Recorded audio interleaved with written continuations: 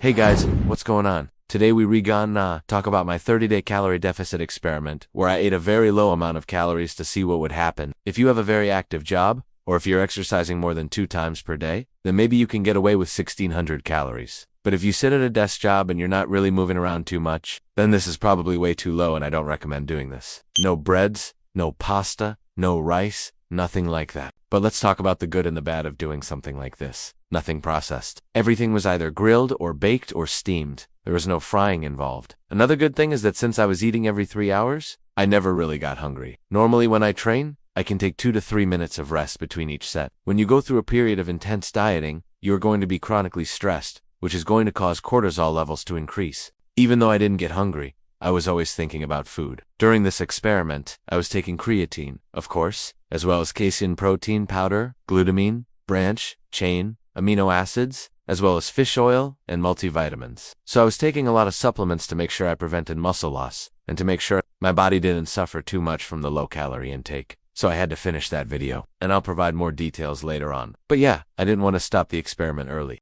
It's not worth it. You're going to lose a lot of muscle. Also, if you want to ask me a question directly, you can become a patron. And with that said, I'll see you guys soon. You're going to negatively impact your hormones, your health, your performance in the gym. It's just not worth it. You don't want to be in a calorie deficit this extreme for more than 30 days. Just keep that in mind. I wanted to stick to my guns and I wanted to see what would happen if I stuck to 1600 calories for a long period of time. And obviously there are a lot of negative effects. So I'm glad I'm not doing this anymore. It was on my mind all the time. So it was a little bit annoying, honestly. This is my resting heart rate throughout the 30 days. And you can see that my resting heart rate was elevated throughout the entire month. So normally my resting heart rate is around 60 beats per minute. But during this experiment, it was around 70 to 75 beats per minute, which means that my body was chronically stressed from the low calorie intake. Another indicator that my health was negatively impacted is my blood pressure. So my blood pressure normally runs around 110/70. But during this experiment, it was running around 100. And this is also an indicator that my body was stressed from the low calorie intake. I would rather be in a state where I'm not focused on food all the time. And unfortunately, I just couldn't get there with this low calorie intake, which is going to shut down other systems in the body, such as the reproductive system. So I'm sure my testosterone went down during this experiment. But once I started eating more calories again, everything kind of bounced back to normal. But during this experiment, I was only taking 30 seconds to 1 minute of rest in between sets,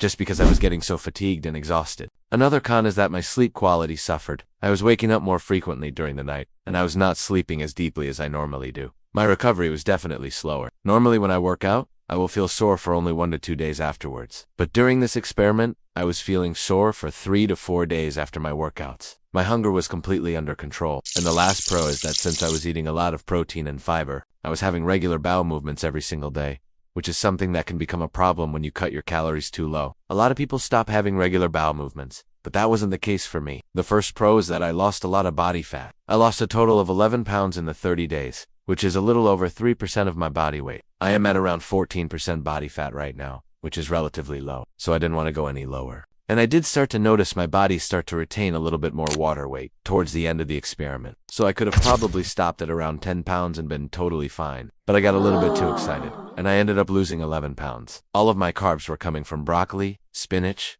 cauliflower, bell peppers, onions, cucumbers, mushrooms, etc. For fat, I was only eating 40 grams of fat per day, and these fats were coming from things like avocado, extra virgin olive oil, some nuts and nut butters, as well as some cheese. Even though I was hitting the gym 7 days a week, my workout performance was horrible. I was doing sets of 6 and 8 reps instead of my normal 10 to 12.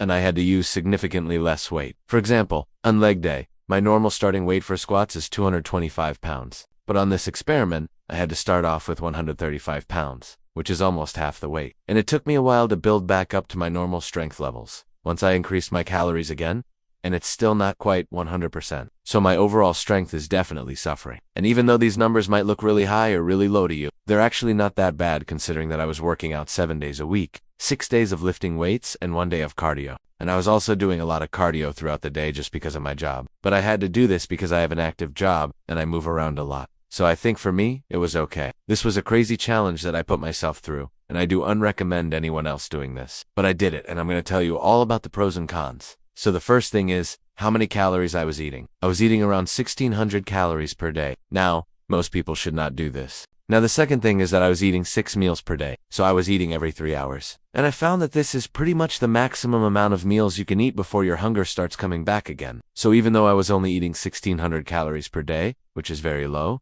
I still was eating 6 meals, so I wouldn't get hungry. And I found that this is pretty much the maximum number of meals you could eat before your hunger comes back up. I was eating a little bit over 2 pounds of protein per day, a little bit under 200 grams. That was the goal. And I was getting all of this protein from lean protein sources such as chicken breast, ground turkey, Greek yogurt, and also eggs. Now for carbs, I was only eating 90 grams of carbs per day, and all of these were coming from vegetables. So even though I was eating a very low amount of calories, I still felt pretty good. Another pro is that I was getting all of my calories and nutrients from whole food sources. The cons, however, far outweigh the pros. The first con is that my workouts suffered. Another con is that I was getting very little rest between sets. Another big con is that my testosterone and my hormones in general were probably negatively impacted. Another big con is that I was constantly thinking about food. It was all I could think about. And another big con is that I was taking multiple supplements to prevent muscle loss. And finally, one of the biggest cons is that my overall health was probably negatively impacted. So you can look at this chart here. Now, the reason why I did unstop this experiment earlier is because I was filming a video for another platform where I was documenting this entire process. In conclusion, if you're thinking about cutting your calories down extremely low, I highly suggest against it. If you enjoyed this video, make sure you subscribe to this channel.